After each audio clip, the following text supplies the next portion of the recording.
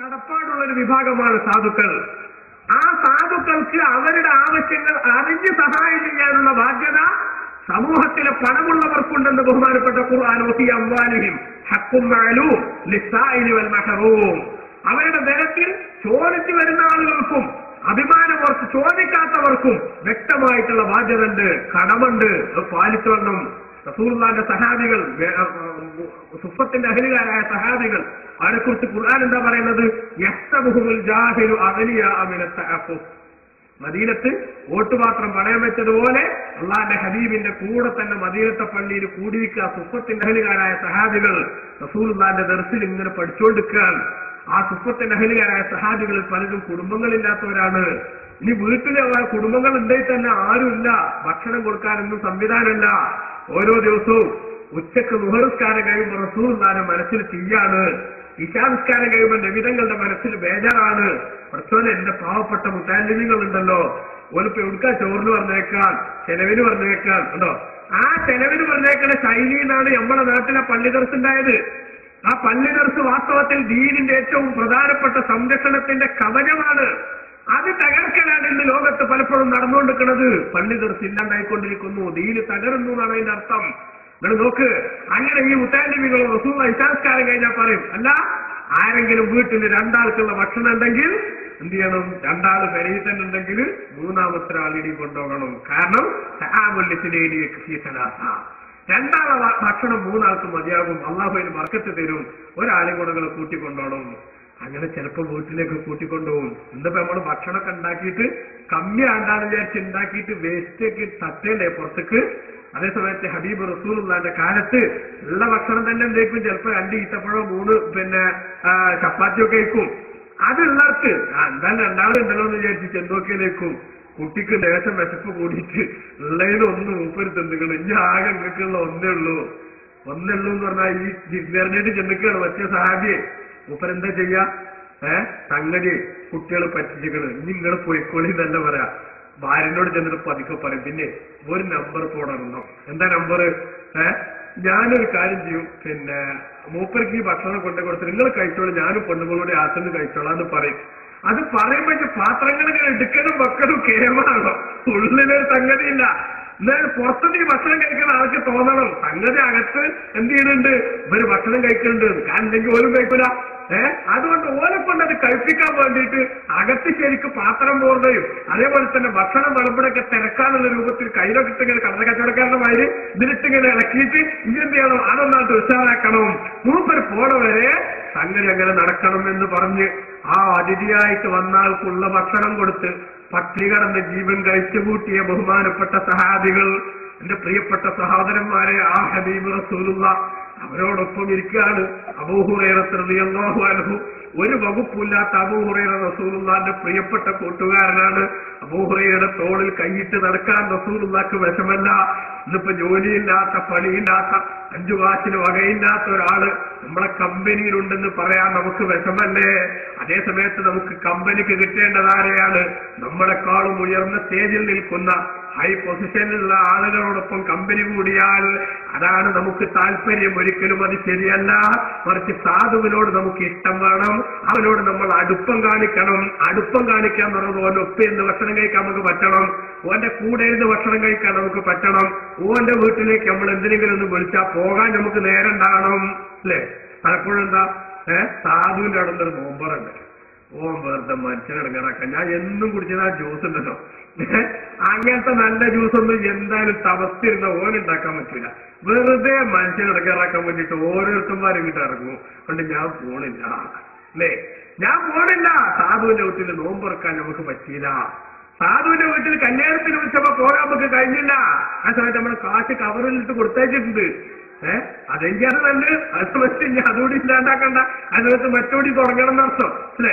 ഔസാരി ഖലീലി, എന്റെ ചങ്ങാതി ഹബീബ് റസൂൽ എന്നോട് കൽപ്പിച്ചിട്ടുള്ളത് ബിഹുബ്ബിൽ മസാക്കീൻ, സാധുക്കളെ സ്നേഹിക്കാനും വദ്ദുനൂബിമിൻഹും, അവരോട് അടുപ്പം കാണിക്കാനുമാണ്. നമുക്ക് സമൂഹത്തിൽ ബാധ്യതയുള്ള ഒരു പ്രത്യേക വിഭാഗമാണ് സാധുക്കൾ.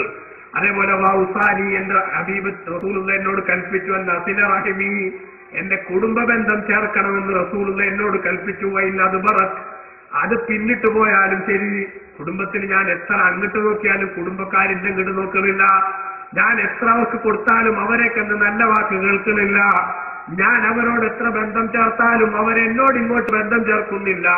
എന്റെ വീട്ടിൽ എന്തുണ്ടെങ്കിലും ഞാൻ അവിടെ പോയി പറയും, അവരാരും ഇങ്ങോട്ട് വരാറില്ല. അവരുടെ വീട്ടിൽ വല്ല സംഗതികളും ഉണ്ടെങ്കിൽ എന്നോട് പറയാറുമില്ല. അവിധത്തിലൊക്കെ പലപ്പോഴും കുടുംബത്തിൽ നിന്ന് മോശമായ പ്രതികരണം ഇങ്ങോട്ടുണ്ടാവാം. എന്നാലും ശരി, നമ്മൾ ബന്ധം ചേർത്തുകൊണ്ടേയിരിക്കണമെന്ന് ഹബീബ് റസൂൽ എന്നോട് കൽപ്പിച്ചിട്ടുണ്ട്. അതേപോലെ ഉസാനി, എന്റെ ഹബീബ് എന്നോട് കൽപ്പിച്ചു, അല്ലാ ഖാഫില്ലാഹി ലൗമത്തലായും, പടച്ചവന്റെ വിഷയത്തിൽ, ദീനിന്റെ വിഷയത്തിൽ ആക്ഷേപകന്റെ ആക്ഷേപമൊന്നും ഞാൻ പേടിക്കേണ്ടതില്ലെന്ന്. ദീനിന്റെ കാഴ്ചപ്പാടനുസരിച്ച് നമ്മൾ ജീവിക്കുമ്പോ ചിലപ്പോ നാട്ടിൽ പലരും നമ്മളെ ആക്ഷേപിക്കുന്നുണ്ടാകും. ഇപ്പോഴും 6-ാം നൂറ്റാണ്ടിലെ ആ അവസ്ഥയുമായി തിച്ചങ്ങാതി നടക്കാണോ എന്ന് പറയുന്നവരുണ്ടാകും. പക്ഷെ അത് നീ പ്രശ്നമാക്കേണ്ടതില്ല, അത് നീ പരിഗണിക്കേണ്ടതില്ല എന്ന് റസൂൽ എന്നോട് ഉപദേശിച്ചിട്ടുണ്ട്. ഉസാനി, എന്റെ ഹബീബ് എന്നോട് കൽപ്പിച്ചു, എന്ന കൂലൽ ഹഖ വഇൻ കാന മുറ, കൈപ്പേറിയതാണെങ്കിലും സത്യം പറയാൻ. സത്യം പറഞ്ഞാൽ ചിലപ്പോൾ വളരെ വിഷമങ്ങൾ ഉണ്ടായെന്നിരിക്കും, എന്നാലും ശരി, ആ സത്യം തന്നെ പറയണമെന്ന് നിർബന്ധ ബുദ്ധിയിലേക്ക് എന്റെ ചങ്ങാതിയായ റസൂൽ എന്നോട് എത്തിച്ചു. ഉസാനി, എന്നോട് നബിതങ്ങൾ കൽപ്പിച്ചു, ലാ ഹൗല വലാ ഖുവത ഇല്ലാ ബില്ലാഹ്, ലാ ഹൗല വലാ ഖുവത ഇല്ലാ ബില്ലാഹ് എന്ന ദിക്ർ വർദ്ധിപ്പിക്കാൻ റസൂൽ എന്നോട് കൽപ്പിച്ചു. ഫഇന്നഹാ കൻസും മിൻ കുനൂസിൽ ജന്ന, അത് സ്വർഗ്ഗത്തിന്റെ നിധികളിൽപ്പെട്ട ഒരു നിധിയാണെന്ന് ബഹുമാനപ്പെട്ട നബി സല്ലല്ലാഹു അലൈഹി വസല്ലം തങ്ങൾ പറഞ്ഞിട്ടുണ്ട്. അപ്പൊ ഇത് ഞാനിപ്പോ സൂചിപ്പിക്കുന്ന സംഗതി എന്താണ്?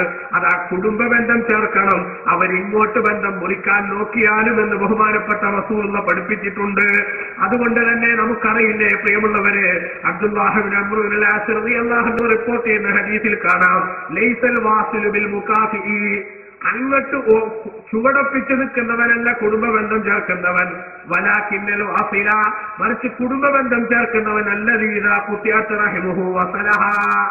ഇങ്ങോട്ട് മുറിക്കപ്പെടുമ്പോ അത് ചേർക്കാൻ പോകുമ്പോഴാണ് ശരിക്കും ബന്ധം ചേർക്കാനാവുക. ഇങ്ങോട്ടൊരു കുഴപ്പമില്ല, അതുകൊണ്ട് അങ്ങോട്ടും കുഴപ്പമില്ല.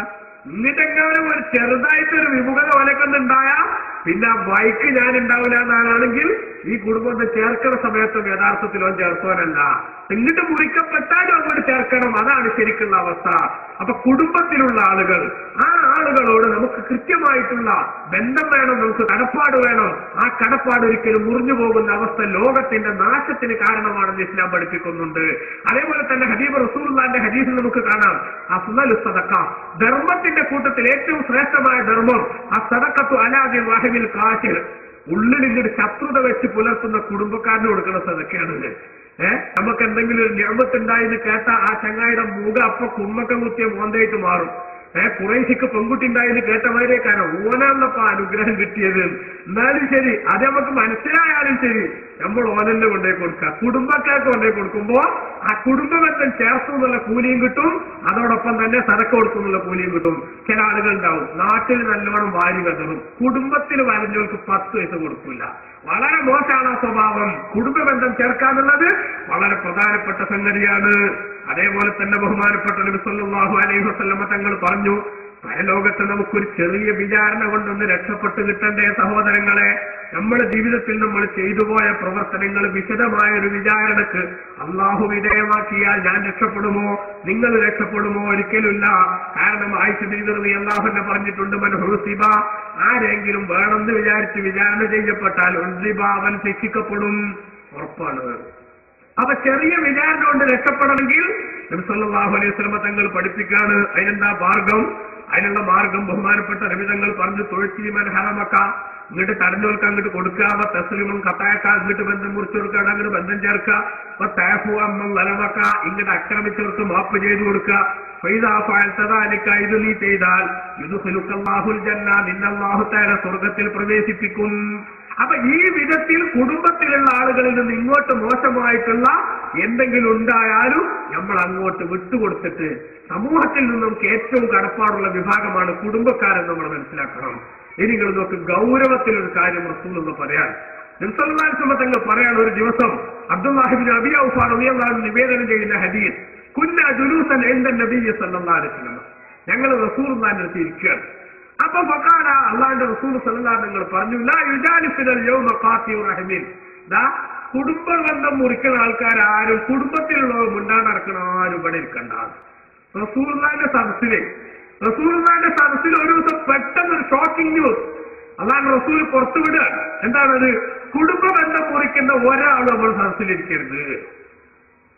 അപ്പൊ ഇനി മുറിച്ചണോരാണെങ്കിൽ അപ്പൊ നീച്ചോ നമ്മളാണെങ്കിൽ? കാരണം എന്താ, അവിടുന്ന് എടുത്തു പോയാ അപ്പ അത് ശരി, അത് ഈ ചങ്ങാതിയാന്ന് മനസ്സിലാവൂലേ? പക്ഷേ ആ സദസ്സിൽ നിന്നൊരു ചെറുപ്പക്കാരൻ, ഒരു യുവാവ് എഴുന്നേറ്റ് പോയി. എന്നിട്ട് കാലത്തല്ലഹു, അദ്ദേഹത്തിന്റെ ഒരു ഇളയമാന്റെ അടുത്ത് പോയി. ഈ മൂപ്പര് മൂപ്പരിട്ട് തെറ്റ് ചെയ്തു, ഉമ്മാന്റെ സഹോദരി. ആ ഇളയമാന്റെ അടുത്ത് പോയി. എന്നിട്ട് അതുക്കാന ബൈനഹുമാ ബാദു, ഈ രണ്ടാളും തമ്മിൽ ചെറിയൊരു പിണക്കുണ്ടായിരുന്നു. അങ്ങനെ പോയിട്ട് ഇളയമാനോട് പറഞ്ഞു, ഇളയമ്മ, നിങ്ങളും ഞാനും തമ്മിലുള്ള പ്രശ്നപ്പ തീരണം. ഞാൻ നിങ്ങൾക്ക് വേണ്ടി അള്ളാഹിനോട് പൊറുക്കലിനെ തേടാം, നിങ്ങൾ എനിക്ക് വേണ്ടി അള്ളാഹിനോട് പൊറുക്കലിനെ തേടണം. രണ്ടാളും തമ്മിൽ നന്നായിട്ട് സുമ്മാതയിലെ മജ്ലിസി, റസൂലുള്ളാഹിരിക്കുന്ന സദസ്സിലേക്ക് അദ്ദേഹം തിരിച്ചു വന്നപ്പോ അള്ളാഹുവിന്റെ റസൂല് പറഞ്ഞു, ഇന്ന റഹ്മത ലാ തൻസിലു അലാ ഖൗമിൻ ഫീഹിം ഖാതിഉ റഹിമിൻ. കുടുംബ ബന്ധം മുറിക്കുന്ന ഒരു ചങ്ങാതി ഇരിക്കുന്ന സദസ്സിൽ അള്ളാഹിന്റെ റഹ്മത്ത് ഇറങ്ങൂല. നോക്കുക, നമ്മൾ നല്ലോണം ദ്വാരക്കുക അള്ളാഹിനോട്, അല്ലേ? അള്ളാഹിനോട് ദ്വാരക്കുന്ന സദസ്സിൽ കുടുംബത്തോട് തെറ്റെടുക്കുന്ന ഒരു ചങ്ങാതി ഉണ്ടെങ്കിൽ, കുടുംബ ബന്ധം മുറിക്കുന്ന ഒരാളുണ്ടെങ്കിൽ ആ സദസ്സിൽ വരെ റഹ്മത്ത് ഇറങ്ങൂല. അപ്പൊ ഞാൻ ഒന്നുകൂടെ വിശാലമായിട്ട് പോയാൽ ആ നാട്ടിലെന്നെ ഇറങ്ങൂല, അല്ലേ?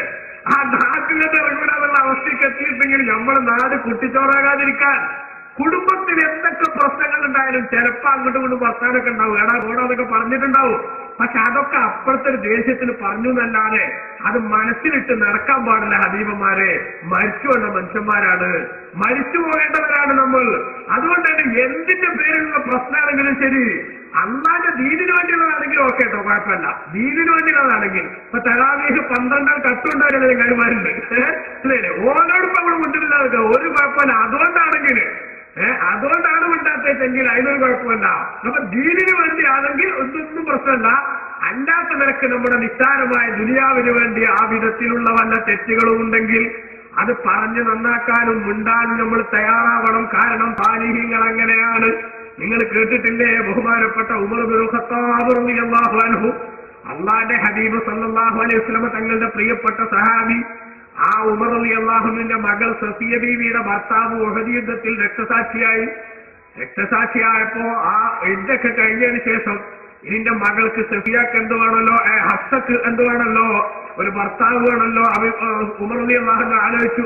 അപ്പൊ നല്ല ദീനിയായിട്ടുള്ള ഒരു ഭർത്താവിനെ കിട്ടണമെന്ന നിലക്ക് ഉമറിങ്ങനെ ആലോചിച്ചു, ആരെയപ്പോ ഞാൻ തെരഞ്ഞെടുക്കേണ്ടത്? അപ്പൊ കൂടുതലൊന്നും ആലോചിക്കേണ്ടി വന്നില്ല. റസൂലുള്ളാഹിന്റെ അടുത്തേക്ക് അങ്ങോട്ട് പോകാനുള്ള ധൈര്യമല്ല. അതുകൊണ്ട് അബൂബക്കറിനോട് ചോദിച്ചോക്കാം, സിദ്ദീഖുൽ അക്ബർ റളിയല്ലാഹു അൻഹു പറഞ്ഞു, അത് നിങ്ങൾ എന്റെ മകളെ കെട്ടോന്ന് ചോദിച്ചു. നിങ്ങൾ എന്റെ മകളെ കെട്ടുമെന്ന് ചോദിച്ചു. സിദ്ദീഖ് റളിയല്ലാഹു അൻഹു എന്ത് ചെയ്തു? ഒന്നും പറഞ്ഞില്ല. കെട്ടുന്നു പറഞ്ഞില്ല, കെട്ടൂല എന്ന് പറഞ്ഞില്ല. കാരണം ഉമറുൽ ഖത്താബാണ്. കെട്ടൂല എന്ന് പറഞ്ഞാൽ എന്തുകൊണ്ട് കെട്ടൂല എന്ന് ചിലപ്പോ ചോദിച്ചുകൂടായൊന്നുമില്ല. അതുകൊണ്ട് ഒന്നും മിണ്ടില്ല. അപ്പൊ പിന്നെ ഒരു ദിവസം കാത്തുന്നിട്ട് ഒന്നും മിണ്ടാണ്ടായപ്പോ ഉമർ റളിയല്ലാഹു അൻഹു ദേഷ്യം പിടിച്ചു. ഉമർ റളിയല്ലാഹു അൻഹു നേരെ ഉസ്മാൻ ഇബ്നു അഫ്ഫാൻ റളിയല്ലാഹു അൻഹു ചോദിച്ചു, നിങ്ങൾ എന്റെ മകളെ കെട്ടുവച്ചു. ഉസ്മാൻ റളിയല്ലാഹു അൻഹു പറഞ്ഞു, ഞാൻ നാളെ പറയാറുണ്ട്, വീട്ടിലൊന്ന് പോയിട്ട് ആലോചിക്കട്ടെ എന്ന് വിചാരിച്ചിട്ട്. പെണ്ണുങ്ങളോട് ആലോചിക്കാനല്ല, അവന് അനുവാദം കിട്ടാൻ താല്പര്യമല്ല. ഞാനൊന്ന് സ്വന്തമായിട്ട് ആലോചിക്കട്ടെ എന്ന് പറഞ്ഞു. ആലോചിച്ചിട്ട് പറഞ്ഞു പിറ്റേ ദിവസം, പിന്നെ നിങ്ങൾ വേറെ നോക്കിക്കോളൂ, ഞാൻ കെട്ടൂല എന്ന്. കാരണം അഥവാ ഞാൻ കെട്ടാൻ ഒരുങ്ങിയിട്ട് അള്ളാന്റെ ഹബീബിന്റെ മോളാണ് എന്റെ അടുത്തുള്ളത്, റസൂലുള്ളാന്റെ മകളാണ് എന്റെ അടുത്തുള്ളത്. റസൂലുള്ളാന്റെ 2 പെൺകുട്ടികളെ, റുഖയ്യ ഉമ്മു കുൽസും റളിയല്ലാഹു അൻഹുമാ, ആ 2 പെൺകുട്ടികളെ കല്യാണം കഴിക്കാൻ ഭാഗ്യം കിട്ടിയതിന്റെ പേരിൽ ദുന്നൂറൈൻ എന്ന സ്ഥാനം കിട്ടിയിട്ടുള്ള ആളാണ് ഉസ്മാൻ റളിയല്ലാഹു അൻഹു. അതുകൊണ്ട് തന്നെ എന്തൊക്കെയാണെങ്കിലും ശരി, ഒരു അമ്മോശം എന്നുള്ള നിലക്ക് മകളെ ഭർത്താവ് വേറൊരു കല്യാണം കഴിക്കുന്നതിന് സപ്പോർട്ട് ഞാൻ പലപ്പോഴും ഈ അമ്മോശം റെഡി ആയിക്കൊള്ളുന്നില്ല. അള്ളാന്റെ ഹബീബിന് പൊരുത്തല്ലെങ്കിൽ എനിക്ക് തൽക്കാലം കഴിയില്ല ഉമർ. അതുകൊണ്ട് അത് വേണ്ട, വെറുതെ നമ്മൾ മറ്റൊരു ചർച്ചക്ക് തന്നെ നിൽക്കുന്നില്ല. അതാണ് ഉസ്മാൻ റളിയല്ലാഹു അൻഹു. അങ്ങനെ 2 ദിവസം കഴിഞ്ഞപ്പോ റസൂലുള്ളാഹിയുള്ള തങ്ങൾ അസ്സബീവിയെ വിവാഹം ആലോചിച്ചു. കല്യാണം കേമായിട്ട് നടന്നു. കല്യാണം കഴിഞ്ഞപ്പോ ഒരു അബൂബക്കർ സിദ്ദീഖ് റളിയല്ലാഹു അൻഹു ഉമർ റളിയല്ലാഹു അൻഹു അടുത്ത് കളിച്ചില്ല. അപ്പൊ ഇവർ തമ്മിൽ ഈ ചെറിയ അകൽച്ചങ്ങനെ നിൽക്കാണ്. ചെന്നിട്ട് ഉമർ റളിയല്ലാഹു അൻഹുവിനോട് ഒരു മുഖവരി ഇല്ലാതെ ചോദിച്ചു, അല്ല അപ്പൊ പിന്നെ ഉമറെ, നിങ്ങൾക്ക് എന്നോട് ദേഷ്യമുണ്ടോ എന്ന് ചോദിച്ചു. നിങ്ങൾക്ക് എന്നോട് ദേഷ്യമുണ്ടോ? അങ്ങനെയാണ് നല്ല മനസ്സുള്ള ആൾക്കാരാണ്. എന്തെങ്കിലും പറയാനുണ്ടെങ്കിൽ പറഞ്ഞു തീരണം. ചിലപ്പോ രണ്ട് കൊടുത്താൽ തീർക്കാനാണെങ്കിൽ ആ കൊടുത്താൽ തീർക്കണം, അത് അവിടെ തീരണം. അല്ലാതെ അങ്ങനെ മനസ്സിലിട്ട് ഇങ്ങനെ വിറപ്പിച്ചു കൊണ്ടുപോകില്ല. കൊടുക്കാനാണെങ്കിൽ കൊടുത്തു തീർക്കണം, പറയാനാണെങ്കിൽ പറഞ്ഞു തീർക്കണം. അബൂബക്കർ സിദ്ദീഖ് റളിയല്ലാഹു അൻഹു ഞങ്ങൾ ചോദിച്ചു, നിങ്ങൾക്ക് എന്നോട് ഈറുണ്ടോന്ന് വെച്ചു, ദേഷ്യം ഉണ്ടോന്ന് വെച്ചു. നമ്മളാണെങ്കിലോ ഉള്ളില് ഭയങ്കര ഇതാണെങ്കിലും ഈറുണ്ടോന്ന് ചോദിച്ചാൽ ദേഷ്യം ഉണ്ടോന്ന് വെച്ചാൽ എന്ത് ദേഷ്യം അല്ലേ, ഇങ്ങനെ പുറത്തു വരണു. കാരണം പുറത്തൊന്ന് കാട്ടാ ഉള്ളിൽ പുറന്ന് വെക്കുക. ഉമർ റളിയല്ലാഹു അൻഹു പറഞ്ഞു, പിന്നല്ലാതെ നിങ്ങളോട് എനിക്ക് നല്ല ദേഷ്യമുണ്ട്. കാരണം നിങ്ങളിന്റെ മകളെ കെട്ടാട്ടീനല്ല, നിങ്ങളോട് കെട്ടാൻ കെട്ടില്ല വെച്ചാൽ രണ്ടിലൊരു വർത്താനം പറഞ്ഞോടൊക്കെ കെട്ടൂലെങ്കിൽ കെട്ടൂല അറിഞ്ഞോടെ. നിങ്ങളത് ഒന്നും പറയണ കോയ അലവ് കയറിയമാര് നിന്നുകൊണ്ട് എനിക്ക് നിങ്ങളോട് ദേഷ്യമുണ്ട്. അപ്പൊ അബൂബക്കർ സിദ്ദീഖ് റളിയല്ലാഹു അൻഹു ഉമർ ഇബ്നുൽ ഖത്താബിന്റെ മനസ്സ് സന്തോഷിപ്പിക്കാൻ, അവരുടെ സ്നേഹബന്ധം ഊട്ടിയുറപ്പിക്കാൻ, അവർ തമ്മിലുള്ള ഊഷ്മളമായ ബന്ധം നിലനിൽക്കാൻ ഉമർ ഇബ്നുൽ ഖത്താബിന്റെ കൈ പിടിച്ചുകൊണ്ട് പറഞ്ഞു, പ്രിയപ്പെട്ട ഉമറെ, നിങ്ങൾ എന്നോട് ക്ഷമിക്കണം. കാരണം ഞാൻ നിങ്ങളോട് രണ്ടും പറയാതിരുന്നത്, അള്ളാന്റെ ഹബീബ് സല്ലല്ലാഹു അലൈഹി വസല്ലമ തങ്ങൾ എന്നോട് പറഞ്ഞിരുന്നു, ഹഫ്സ ബീവിയെ സംബന്ധിച്ച്, അതായത് നമ്മുടെ പ്രിയപ്പെട്ട ഉമറിന്റെ മകൾ വിധവയായില്ലേ, ഉമറിന്റെ മനസ്സ് വല്ലാതെ വേദനിക്കുന്നുണ്ടാവില്ലേ, ഹഫ്സ ബീവിക്കൊരു ജീവിതം കൊടുത്തുകൊണ്ട് ഉമറിന്റെ മനസ്സിന് സമാധാനം കൊടുക്കണ്ടേ എന്ന് റസൂൽ എന്നോട് ചോദിച്ചിരുന്നു.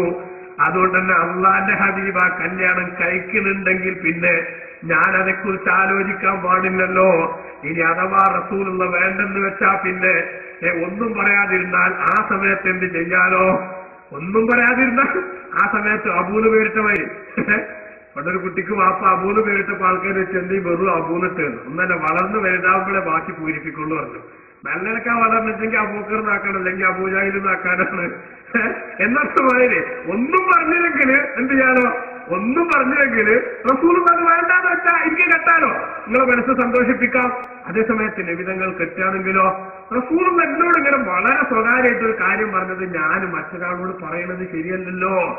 റസൂലുള്ളാഹിന്റെ ഒരു സീക്രട്ട് ഞാൻ പുറത്തുവിടാൻ പാടില്ല എന്നതുകൊണ്ടാണ് ഞാൻ നിങ്ങളോട് നേരത്തെ ഒന്നും പറയാതിരുതെന്ന് പറഞ്ഞപ്പോ ഉമർ ഇബ്നുൽ ഖത്താബിന്റെ മനസ്സ് തെളിഞ്ഞു. നിങ്ങൾ നോക്കൂ സഹോദരന്മാരെ, ജീവിതത്തിൽ കുടുംബത്തിൽ ചിലപ്പോ ഉണ്ടായ പ്രശ്നങ്ങൾ, ചിലപ്പോ സത്യമായിട്ടൊരു ബന്ധം ഉണ്ടാവില്ല, പ്രശ്നങ്ങൾ ഉണ്ടാണ് അല്ലേ, സത്യമായിട്ടൊരു ബന്ധം ഉണ്ടാവില്ല. പെണ്ണുങ്ങൾ അങ്ങോട്ട് ഭർത്താവിന് കയറി വന്നപ്പോ ഭാര്യ എന്റെ മൂട്ടിക്കൊടുത്തതാണ്, മൂട്ടിക്കൊടുത്തപ്പോൾ കയറിയത് ആര്? പുതിയപ്പള.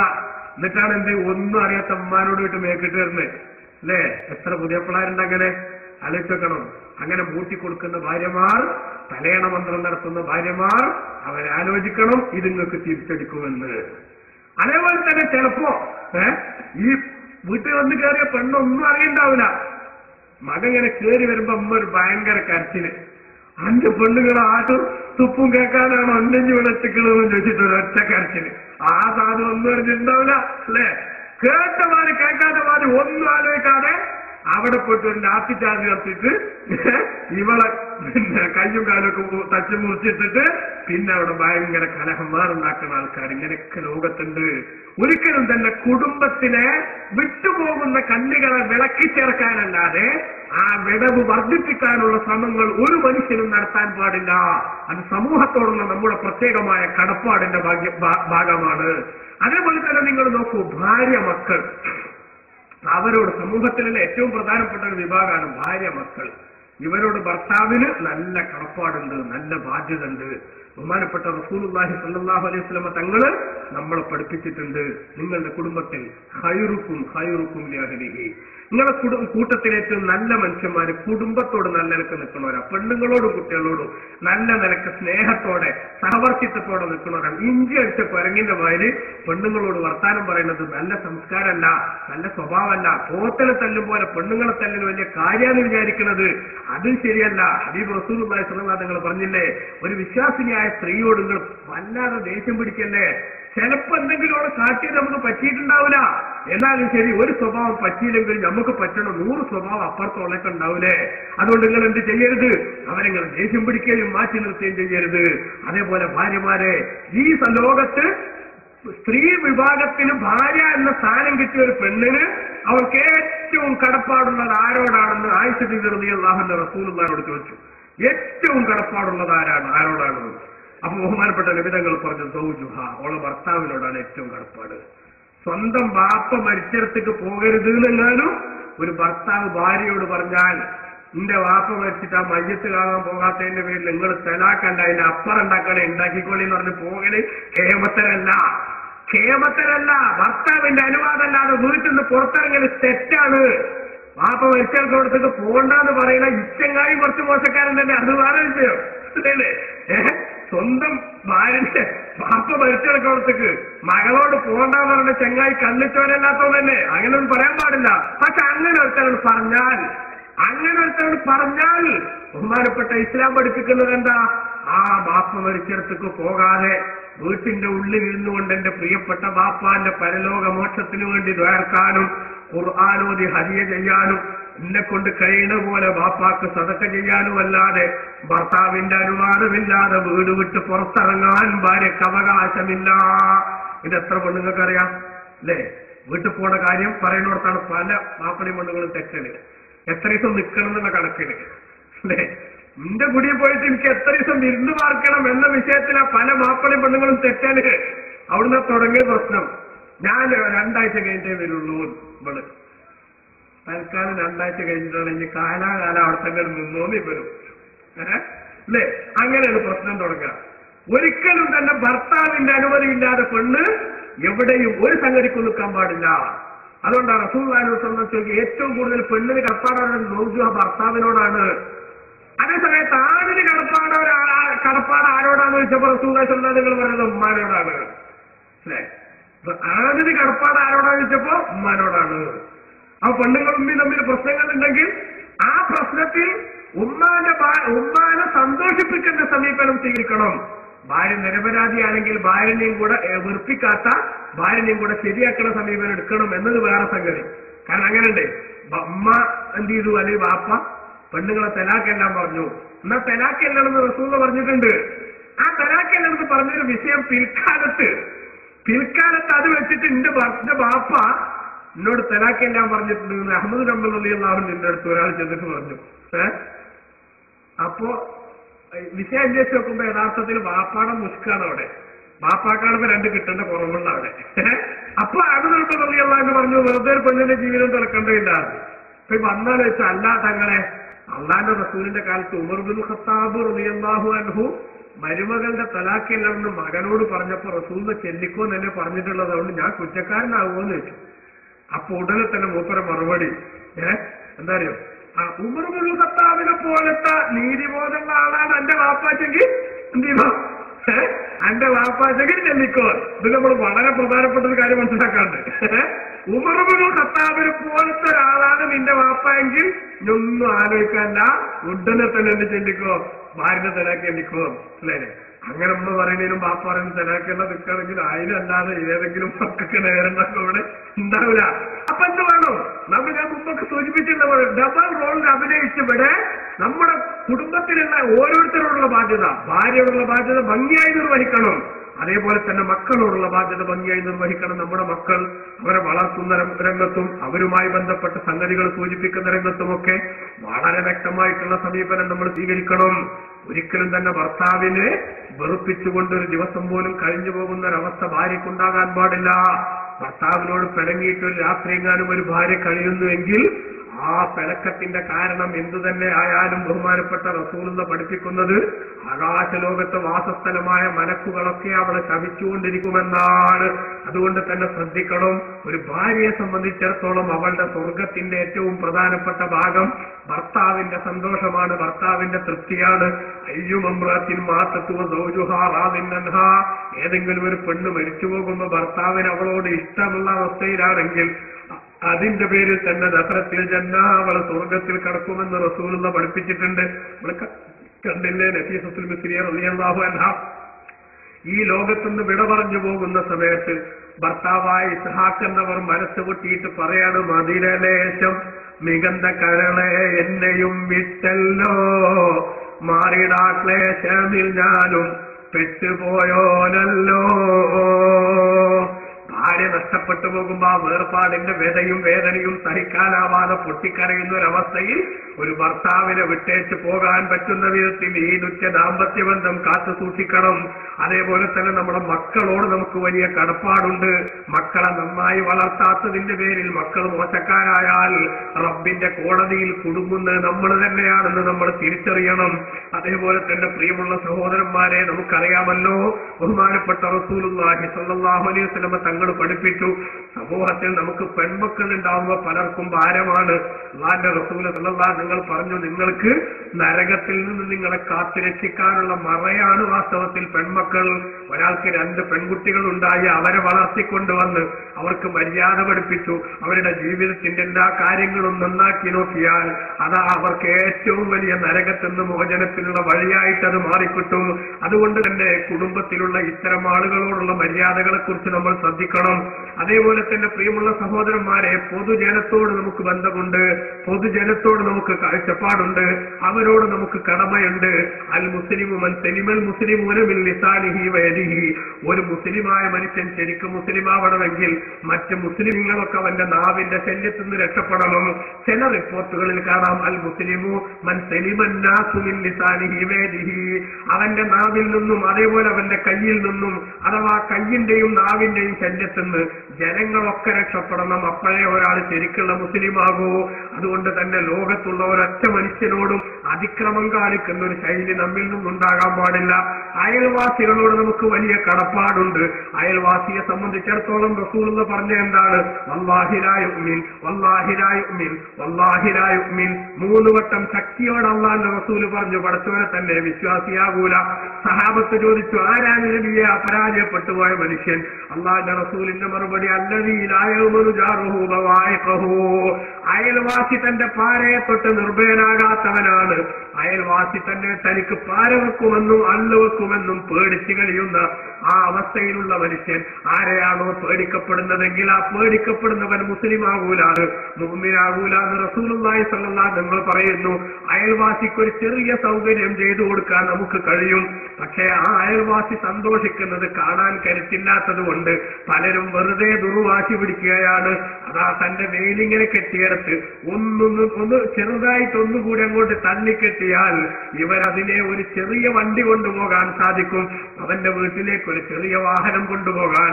അങ്ങനെ ചെറുതായിട്ടൊന്നും അഡ്ജസ്റ്റ് ചെയ്ത് കൊടുത്താൽ സാധിക്കും. ഒരുപാട് സ്ഥലമൊന്നും വിട്ടുകൊടുക്കേണ്ടതില്ല. പക്ഷെ അവനതിനെ വണ്ടി കൊണ്ടുപോകാതിരിക്കാൻ വേണ്ടി ഒന്നുകൂടെ അങ്ങോട്ട് തള്ളിച്ചിട്ട് കെട്ടുന്ന എത്ര മനുഷ്യന്മാരുണ്ട് ലോകത്ത്. ആ 1 ഇഞ്ച് ഭൂമി കൊണ്ട് നമുക്കെന്ത് നേടാനാണ്? ആ 1 ഇഞ്ച് സ്ഥലം കൊണ്ട് നമുക്കെന്ത് കിട്ടാനാണ്? അതേസമയത്ത് അയൽവാസിയുടെ മനസ്സ് സന്തോഷിപ്പിക്കാത്തവൻ ഇസ്ലാമിന്റെ സംസ്കാരം ഉൾക്കൊണ്ടവനല്ലെന്ന് ബഹുമാനപ്പെട്ട റസൂലുള്ളാഹി സ്വല്ലല്ലാഹു അലൈഹി വസല്ലം തങ്ങൾ നമ്മളെ പഠിപ്പിച്ചില്ലേ? അതുകൊണ്ട് തന്നെ നമ്മൾ ചിന്തിക്കണം പ്രിയമുള്ള സഹോദരന്മാരെ, സമൂഹത്തിൽ നിന്ന് നമുക്ക് വലിയ കടപ്പാടുള്ളവരാണ് അയൽവാസികൾ. അയൽവാസി നമ്മളെ സംബന്ധിച്ച് സന്തോഷത്തോടെ ഇരിക്കുന്ന ഒരവസ്ഥ എപ്പോഴാണോ ഉണ്ടായിത്തീരുന്നത് ആ സമയത്തെ സന്തോഷത്തോടെ ഒരു മുഅ്മിനായ മനുഷ്യന് ജീവിക്കാനും കഴിയൂ. അതുകൊണ്ട് തന്നെയാണല്ലോ റസൂലുള്ളാഹി പറഞ്ഞത്, എന്റെ ഒരു പ്രവർത്തനം എന്റെ അയൽവാസിക്ക് ദ്രോഹമായി മാറാൻ പാടില്ല. എന്റെ വീട്ടിൽ അതാ ഞാൻ പൊരിക്കുന്ന മത്സ്യത്തിന്റെ മണം അല്ലെങ്കിൽ ഞാൻ പൊരിക്കുന്ന മാംസത്തിന്റെ മണം അയൽവാസിയുടെ വീട്ടിലേക്ക് അടിച്ചു വീശുന്നുവെങ്കിൽ അതാ ഒന്നുകിൽ അവൻ അതിൽ നിന്ന് കുറച്ച് കൊടുക്കാനുള്ള സന്മനസ്സുണ്ടെങ്കിലേ പറ്റൂ, അല്ലെങ്കിൽ മീൻ പൊരിക്കാൻ പാടില്ലെന്ന് ബഹുമാനപ്പെട്ട റസൂലുള്ളാഹിന്റെ ഉപദേശമാണ്. എത്ര വലിയ ഈടുറ്റ ബന്ധമാണ് ഇത് നമുക്ക് മനസ്സിലാക്കി തരുന്നത്. അഖിരും ജാറക വലൗകാന കാഫിറ. അവിശ്വാസിയാണെങ്കിൽ പോലും അയൽവാസിയോട് ആദരവ് കാണിക്കണമെന്നാണ് ബഹുമാനപ്പെട്ട ഇസ്ലാമിന്റെ കാഴ്ചപ്പാടെങ്കിൽ ആ അയൽവാസികൾക്ക് പാരവെക്കാനായി തന്നെ ജീവിക്കുന്ന എത്ര ആളുകളുണ്ട് നമ്മുടെ നാട്ടിൽ. ഹബീബ് റസൂലുള്ളാഹിനോട് പറഞ്ഞില്ലേ ഒരു പെണ്ണിനെ സംബന്ധിച്ച്, ആ പെണ്ണ് നന്നായിട്ട് നിസ്കരിക്കുന്നുണ്ട്, നോമ്പെടുക്കുന്നുണ്ട്, സക്കാത്ത് കൊടുക്കുന്നുണ്ട്, ഹജ്ജ് ചെയ്തിട്ടുണ്ട്, സൽക്കർമ്മങ്ങളിലൊക്കെ മുമ്പേ നടക്കുന്നവളാണ് അവൾ. അതേസമയത്ത് അവൾ അയൽവാസികളുമായുള്ള ബന്ധം ചോദിച്ചപ്പോഴോ റസൂലുള്ളാഹിനോട് പറയുന്നു, അവളുടെ നാവ് കൊണ്ട് അയൽവാസികളെ അടങ്ങാറാക്കുന്നവളാണ്. വെറുതെ ഇവിടെ നിന്നങ്ങ് തുടങ്ങും ഓരോ പ്രശ്നം പ്രശ്നങ്ങൾ വർത്തമാനം പറഞ്ഞ് എന്നും അയൽവാസികളുമായിട്ട് ലഹളയും ചണ്ടയും കൂടുന്ന എത്ര ആളുകളുണ്ട് ലോകത്ത്. പ്രത്യേകിച്ചും സഹോദരിമാരെ നമ്മൾ ചിന്തിക്കണം. നിങ്ങൾ സ്ത്രീകൾ തമ്മിൽ ചിലപ്പോൾ എന്തെങ്കിലും ഒരു വിഷയത്തിൽ പറഞ്ഞു മുഷിഞ്ഞിട്ടുണ്ടാകും.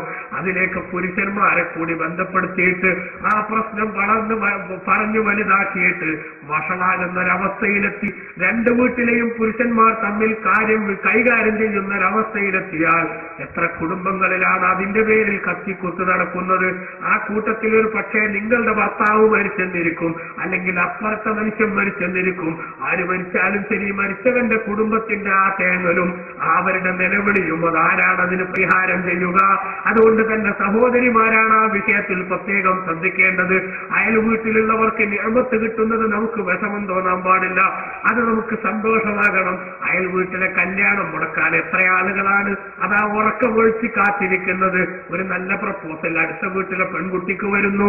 ആ കല്യാണം എങ്ങാനും നടന്നു കഴിഞ്ഞാൽ പിന്നെ ആ അയൽവാസിയായ പെണ്ണിന് ചെറിയൊരു അഹങ്കാരം വരുമോ എന്ന പേടി കൊണ്ട് എനിക്ക് കിട്ടിയതിനേക്കാളും നല്ല പുതിയ പള അപ്പുറത്തെ വീട്ടിലുള്ള പെൺകുട്ടിക്ക് കിട്ടാൻ പാടില്ലെന്ന അസൂയയോടുകൂടെ ചിന്തിക്കുന്ന എത്ര സഹോദരിമാരുണ്ട് നാട്ടിൽ. അതേപോലെ സഹോദരന്മാരുണ്ട് നാട്ടിൽ. അതാ അടുത്ത കച്ചവടക്കാരന് എങ്ങനെയും പണം കിട്ടാൻ പാടില്ല, അവന്റെ കച്ചവടം പൂട്ടിപ്പോകാൻ വേണ്ടി അള്ളുവെക്കുന്ന എത്ര അയൽ കച്ചവടക്കാരുണ്ടാകും ലോകത്ത്. നമ്മൾ ആലോചിക്കണം, ഒരു മുസ്ലിമിന്റെ സാമൂഹ്യ ബാധ്യതയിൽ ഏറ്റവും പ്രധാനപ്പെട്ടതാണ് അയൽവാസിക്ക് തന്നെ സംബന്ധിച്ച് സന്തോഷത്തിന്റെ അവസ്ഥ. അത് നമ്മൾ ഉണ്ടാക്കി വെക്കണം.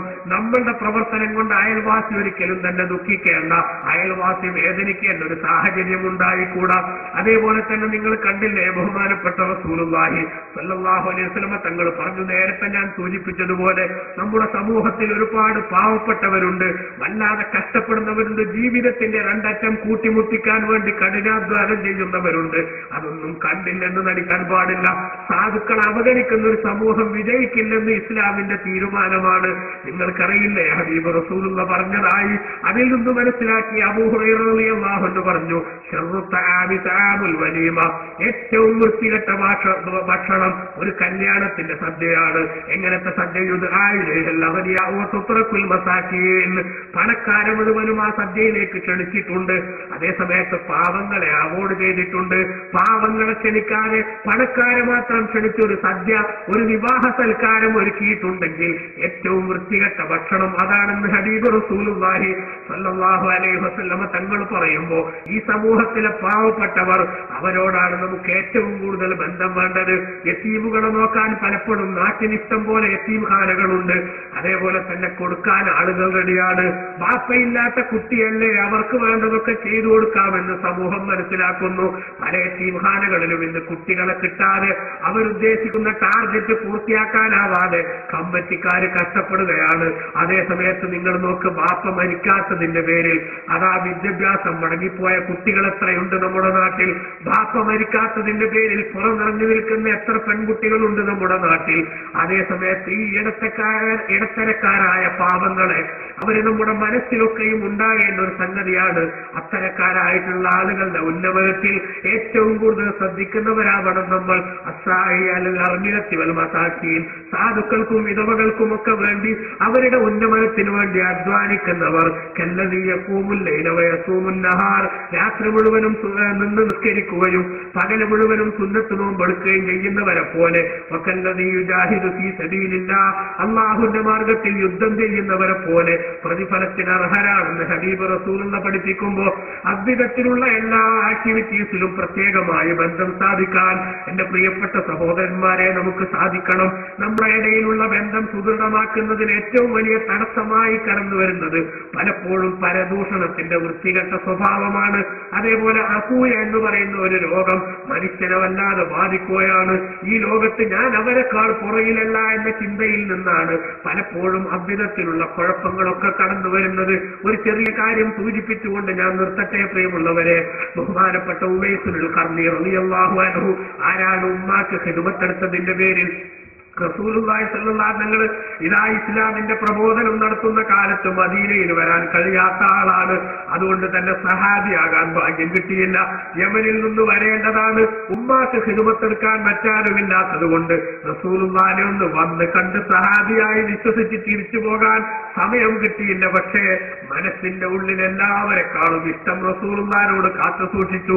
ആ ഉവൈസുൽ ഖർനി റളിയല്ലാഹു അൻഹു അതാ ജീവിതത്തിന്റെ പ്രാരാബ്ദങ്ങളുടെ നടുവിൽ വല്ലാതെ കഷ്ടപ്പാട് സഹിച്ചുകൊണ്ടിരിക്കുന്ന ഒരു ഘട്ടം, പിന്നെ വലിയ ഹോട്ടലുകളുടെ എച്ചിൽ ഇലകളിട്ടുകൊണ്ടിരിക്കുന്ന ആ വലിയ കൂരയിൽ നിന്ന്, എച്ചിലിന്റെ കൂരയിൽ നിന്ന് ഇലകളെടുത്തിട്ട് അതിലുള്ള ഭക്ഷണത്തിന്റെ അവശിഷ്ടങ്ങൾ വടിച്ചെടുത്ത് കഴിക്കാൻ വേണ്ടി ബഹുമാനപ്പെട്ടവരിങ്ങനെ ശ്രമിച്ചുകൊണ്ടിരിക്കുമ്പോ ആ ഭാഗത്തേക്ക് അതാ ഒരു നായ കടന്നു വന്നു.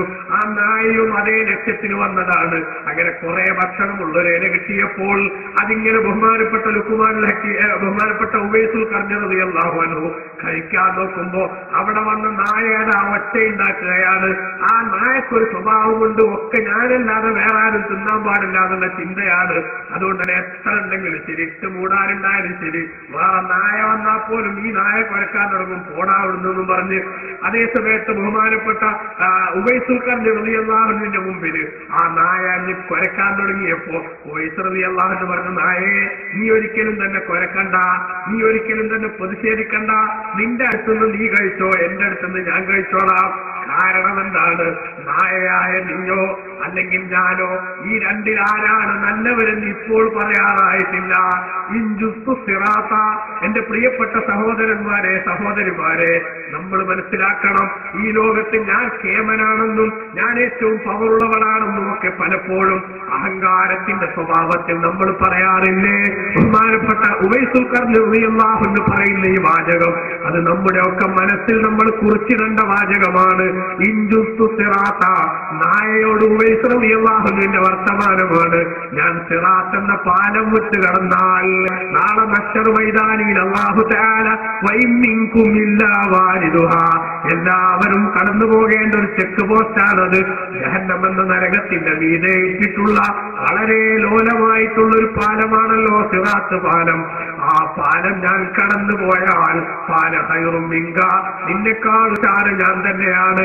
കാരണം ആ പാലം കടന്നാൽ അപ്പുറം സ്വർഗത്തിന്റെ ബോർഡറാണ്. ആ സ്വർഗം തുടങ്ങുകയായി. അതുകൊണ്ട് തന്നെ പിന്നെ എനിക്ക് ടെൻഷനോ ബേജാറോ ഇല്ല. അതേസമയത്ത് ആ സിറാത്ത് എന്ന പാലത്തുമ്മൽ പലരും കേറുമ്പോഴേക്കേ മറിഞ്ഞു വീഴും നരകത്തിലേക്ക്. അള്ളാഹു കാത്തുരക്ഷിക്കുമാറാവട്ടെ. ഇനി വേറെ ചിലർ കേറിയിട്ട് ഇങ്ങനെ നടന്ന് അക്കരെ പറ്റി എന്ന കണ്ടീഷൻ എത്തുമ്പോ ലാസ്റ്റ് സമയത്ത് എന്തോ ഒരു കുളത്തിൽ കുടുങ്ങിയിട്ട് ആ കൊളുത്തവരുടെ കാലിൽ കുടുങ്ങിയിട്ട് അവർ നരകത്തിലേക്ക് മറിയും. വേറെ ചിലർ പകുതിയെത്തുമ്പോ മറിയും. അങ്ങനെ പല വിധത്തിലും ജഹന്നമിലേക്ക് മനുഷ്യന്മാര് മാറാറുണ്ട്. അതുകൊണ്ട് തന്നെ അമ്പിയാക്കൾ പോലും ആ സിറാത്ത് എന്ന പാലത്തിന്റെ മേലെ തന്റെ ഉമ്മത്തികളിൽ ഓരോരുത്തർ കയറുമ്പോ പാലത്തിന്റെ അപ്പുറത്തുനിന്ന് ബേജാറിന്റെ സ്വരത്തിൽ പറയും, അല്ലാഹുമ്മ സല്ലിം, അല്ലാഹുമ്മ സല്ലിം, അല്ലാഹുമ്മ സല്ലിം. പഠിച്ചവനെ, എന്റെ സമുദായത്തിലെ മെമ്പറാണ് ഇപ്പൊ പാലത്ത് കയറിയത്, അവനെ ഒന്ന് രക്ഷപ്പെടുത്തി തരണേ എന്ന് ജഹന്നം എന്ന നരകത്തിന്റെ മീതെ സ്ഥാപിച്ച ആ പാലത്തിലേക്ക് നോക്കിയിട്ട് ബഹുമാനപ്പെട്ട നബിമാര് പറയും. റസൂലുള്ളാഹി സ്വല്ലല്ലാഹു അലൈഹി വസല്ലം തങ്ങൾ നമ്മളോട് പറഞ്ഞിട്ടുണ്ട്, ഞാൻ ഒന്നുകിൽ ഈ സിറാത്ത് എന്ന പാലത്തിന്റെ അടുത്ത് നിങ്ങൾക്കൊരു സപ്പോർട്ടിന് വേണ്ടി നിങ്ങളെ കാത്തിരിക്കും, അല്ലെങ്കിൽ ഹൗലുൽ കൗസർ എന്ന പാനീയത്തിന്റെ അടുത്ത് ഞാൻ നിങ്ങൾക്ക് വേണ്ടി കാത്തിരിക്കും, അല്ലെങ്കിൽ നന്മ തിന്മ തൂക്കുന്ന തുലാസിന്റെ അടുത്ത് ഞാനുണ്ടാകും. ഈ മൂന്നാലൊരു സ്ഥലത്ത് എന്നെ കാണാതിരിക്കില്ല എന്ന് അഷ്റഫുൽ ഖൽഖ് സ്വല്ലല്ലാഹു അലൈഹി വസല്ലം തങ്ങൾ പറഞ്ഞില്ലേ? അതുകൊണ്ട് അത് നോക്കിയിട്ടാണ് പറയുന്നത്. ബഹുമാനപ്പെട്ട ഉവൈസ് റളിയല്ലാഹു അൻഹു, ഓ നായേ, ഇൻജുസ്തു സിറാത്ത്, ഞാൻ സിറാത്ത് എന്ന പാലം വിട്ട് കടന്നാൽ ഫാന ഖൈറും മിൻക, ഞാൻ നിന്നെക്കാൾ ഉഷാറാണ്. കാരണം പിന്നെ ഞാൻ സ്വർഗാവകാശിയാണ്. റബ്ബിന്റെ ഇഷ്ടപ്പെട്ട ആളുകൾക്ക് മാത്രമേ റബ്ബ് സ്വർഗത്തിലേക്ക് അവസരം കൊടുക്കുകയുള്ളൂ. അതുകൊണ്ട് തന്നെ എനിക്ക് സ്വർഗത്തിന്റെ അവകാശിയാവാൻ കഴിയും. അതേസമയത്ത് ഞാൻ സിറാത്ത് പാലം വിട്ട് കടന്നില്ലെങ്കിൽ ഫാൻത ഖൈറും മിന്നി, എന്നെക്കാളും ഉത്തമൻ നീ തന്നെയാണ്, നിനക്കാണ് സ്ഥാനം. കാരണം എന്താ? എല്ലാ നായകളോടും മൃഗങ്ങളോടും എല്ലാ ജീവികളോടും അല്ലാഹു സുബ്ഹാനഹു വ തആല മഹ്ശറിൽ വന്നതിന് ശേഷം അവർ തമ്മിലുള്ള അവരുടെ ലോകത്ത് വല്ല അക്രമങ്ങളും കാണിച്ചിട്ടുണ്ടെങ്കിൽ ചെറുതായിട്ടുള്ള വിചാരണകൾ കഴിഞ്ഞതിന് ശേഷം അവകളോടൊക്കെയും അല്ലാഹു തആല പറയുമല്ലോ, നിങ്ങൾ മണ്ണായി പോയിക്കൊള്ളുവെന്ന്. അതുകൊണ്ട് തന്നെ നായ നരകത്തിൽ കടന്ന് കഷ്ടപ്പെടണ്ട, പോത്ത് നരകത്തിൽ കടന്ന് കഷ്ടപ്പെടണ്ട, കാക്ക നരകത്തിൽ കടന്ന് കഷ്ടപ്പെടണ്ട. അതൊക്കെ മണ്ണായി ദ്രവിച്ചു പോകുന്നു, അവർക്ക് പിന്നെ ഒന്നും അറിയണ്ട. അതേസമയത്ത് മനുഷ്യനായ ഞങ്ങളോ മനുഷ്യരായ നമ്മളോ സ്വർഗത്തിലെത്താൻ കഴിയാതെ സിറാത്ത് എന്ന പാലത്തിൽ നിന്ന് കാലുവഴുതി താഴെ വീണുപോയാൽ പിന്നീട് നമ്മുടെ കാര്യം പോക്കല്ലേ, നമ്മുടെ ശിക്ഷകൾ ഇങ്ങനെ അനുഭവിക്കേണ്ടി വരുന്നവരല്ലേ. അതുകൊണ്ട് തന്നെയല്ലേ ബഹുമാനപ്പെട്ട ഖുർആനിൽ അല്ലാഹു തആല പറഞ്ഞത്, യഖൂലുൽ കാഫിറു യാ ലൈതനി കുന്തു തുറാബാ. അതാ വിശ്വാസിയായ മനുഷ്യൻ നരകത്തിൽ അവൻ അനുഭവിക്കാനുള്ള ശിക്ഷകളുടെ സാമ്പിളുകൾ കാണുമ്പോ അവനങ്ങ് പറഞ്ഞു പോകുന്നില്ലേ, ഞാനും മണ്ണായെങ്കിൽ എത്ര നന്നായിരുന്നു എന്ന്. എന്താണ് ആ പറഞ്ഞതിന്റെ താല്പര്യം? പട്ടികൾ മണ്ണായി പോകാനുള്ള നിർദ്ദേശം അവൻ കേട്ടു, അതേപോലെ പോത്തുകൾക്ക് മണ്ണായി പോകാനുള്ള നിർദ്ദേശം അവൻ കേട്ടു. അതേസമയത്ത് ഇവന് ജഹന്നമിലേക്കുള്ള സീറ്റ് റിസർവ് ചെയ്തു എന്ന വിവരമാണ് കേൾക്കുന്നത്. അങ്ങനെ ഈ പരീക്ഷണത്തിന്റെ തീച്ചൂളയിലിട്ട് വേദിക്കപ്പെടുന്ന ഒരവസ്ഥയിലേക്ക് എനിക്ക് എത്തുമോ എന്നറിയാൻ കഴിയുന്നത് വരെ, അതായത് ഞാൻ രക്ഷപ്പെടുമോ എന്ന് മനസ്സിലാകുന്നത് വരെ ഒരൊറ്റ മനുഷ്യനും സമാധാനത്തിന് വകയില്ലല്ലോ, ആശ്വാസത്തിന് വകുപ്പില്ലല്ലോ. തിൽക്കദ്ദാറുൽ ആഖിറത്തു നജാലുഹാ ലില്ലദീന ലാ യുരീദൂന ഉലുവ്വൻ ഫിൽ അർളി വലാ ഫസാദ വൽ ആഖിബത്തു ലിൽ മുത്തഖീൻ. വിശുദ്ധ ഖുർആനിൽ അല്ലാഹു തആല പറഞ്ഞത് അങ്ങനെയല്ലേ. സ്വർഗത്തിലേക്ക് നമുക്ക് പോകണോ? ഞാനൊന്നുമല്ല, വളരെ പാവമാണ്, ഞാൻ ദോഷിയാണ്, എന്റെ ജീവിതത്തിൽ ഒരുപാട് കുറവുകൾ പറ്റിയിട്ടുണ്ട്, എനിക്ക് കുറ്റങ്ങൾ സംഭവിച്ചിട്ടുണ്ട്. യജമാനനായ റബ്ബേ, നീ അത് പുറത്തു തന്നില്ലെങ്കിൽ, നീ എന്റെ ദോഷങ്ങൾ മാപ്പാക്കിയില്ലെങ്കിൽ ഞാൻ ഇന്ന് കുടുങ്ങിപ്പോകുമെന്ന ബേജാറും വിഷമവും വിനയത്തോടുകൂടെ റബ്ബിലേക്ക് കൈമലർത്താനുള്ള നിർബന്ധ ബുദ്ധിയും. അതുകൊണ്ടല്ലാതെ നമുക്ക് രക്ഷപ്പെടാൻ കഴിയില്ലല്ലോ പ്രിയമുള്ളവരെ. അതുകൊണ്ട് തന്നെ നമ്മുടെ ജീവിതത്തിൽ ഓരോരുത്തരോടുമുള്ള കടമകൾ നമ്മൾ പാലിക്കണം, സാധുക്കളോടുള്ള കടമകൾ നമ്മൾ പാലിക്കണം, അയൽവാസികളോടുള്ള കടപ്പാടുകൾ നമ്മൾ വീട്ടണം, പൊതുവിൽ ജനങ്ങളോടുള്ള ബന്ധങ്ങൾ നമ്മൾ സൂക്ഷിക്കണം. ആർക്കും ഒരു ശല്യമായി, ആർക്കെങ്കിലും ഒരു പാരയായി നമ്മൾ മാറാൻ പാടില്ല. ജനങ്ങളൊക്കെ നമ്മുടെ നാവിന്റെ ശല്യത്തിൽ നിന്ന് രക്ഷപ്പെടുന്നത് വരെ, ജനങ്ങളൊക്കെ നമ്മുടെ കയ്യിന്റെ ശല്യത്തിൽ നിന്ന് രക്ഷപ്പെടുന്നത് വരെ, ജനങ്ങളൊക്കെ നമ്മുടെ പാരയിൽ നിന്ന് രക്ഷപ്പെടുന്നത് വരെ ഒരു ശരിയായ സത്യവിശ്വാസിയുടെ സ്വഭാവം എന്റെ ജീവിതത്തിൽ ഉണ്ടാകില്ലെന്ന് റസൂലുള്ള നമ്മളോട് പറയുമ്പോൾ, സ്വന്തം ഭാര്യമാരോട് കടമകൾ പാലിക്കാത്തവരെത്രയാണ്, മാതാപിതാക്കളോട് മര്യാദ പാലിക്കാത്തവരെത്രയാണ്, സ്വന്തം മക്കളെ നല്ല രീതിയിൽ വളർത്താൻ ശ്രമിക്കാത്തവരെത്രയാണ്, അതേപോലെ അയൽവാസികളോടും സുഹൃത്തുക്കളോടും നല്ല ബന്ധം കാത്തു സൂക്ഷിക്കാൻ കഴിയാത്തവരെത്രയാണ്. ഇതൊക്കെ മാറ്റിയിട്ട് ഒരു നല്ല സമൂഹ സൃഷ്ടിക്ക് വേണ്ടിയുള്ള മാതൃകാപരമായ ഒരു പുതിയ രാജ്യം കെട്ടിപ്പടുക്കാനുള്ള ശ്രമത്തിന്റെ ഭാഗമായി അള്ളാഹു പൊരുത്തപ്പെടുന്ന ഒരു മുസ്ലിമിന്റെ സ്വഭാവങ്ങൾ നമ്മുടെ ജീവിതത്തിൽ കാത്തു സൂക്ഷിക്കാൻ യജമാനനായ റബ്ബ് നമുക്ക് തൗഫീഖ് നൽകുമാറാവട്ടെ. ആമീൻ എന്ന് ദുആ ചെയ്തുകൊണ്ട് പ്രിയമുള്ള സഹോദരന്മാരെ, തൽക്കാലം വാക്കുകൾ ചുരുക്കുന്നത് വെള്ളിയാഴ്ച രാവാണ്, പെട്ടെന്ന് ദ്വാരക്കണം. എന്നാലും ദുആ കഴിഞ്ഞിട്ട് പോകാവൂ എന്നറിയിച്ച് വാക്കുകൾ ചുരുക്കുന്നു. അസ്സലാമു അലൈക്കും വറഹ്മത്തുള്ളാഹി.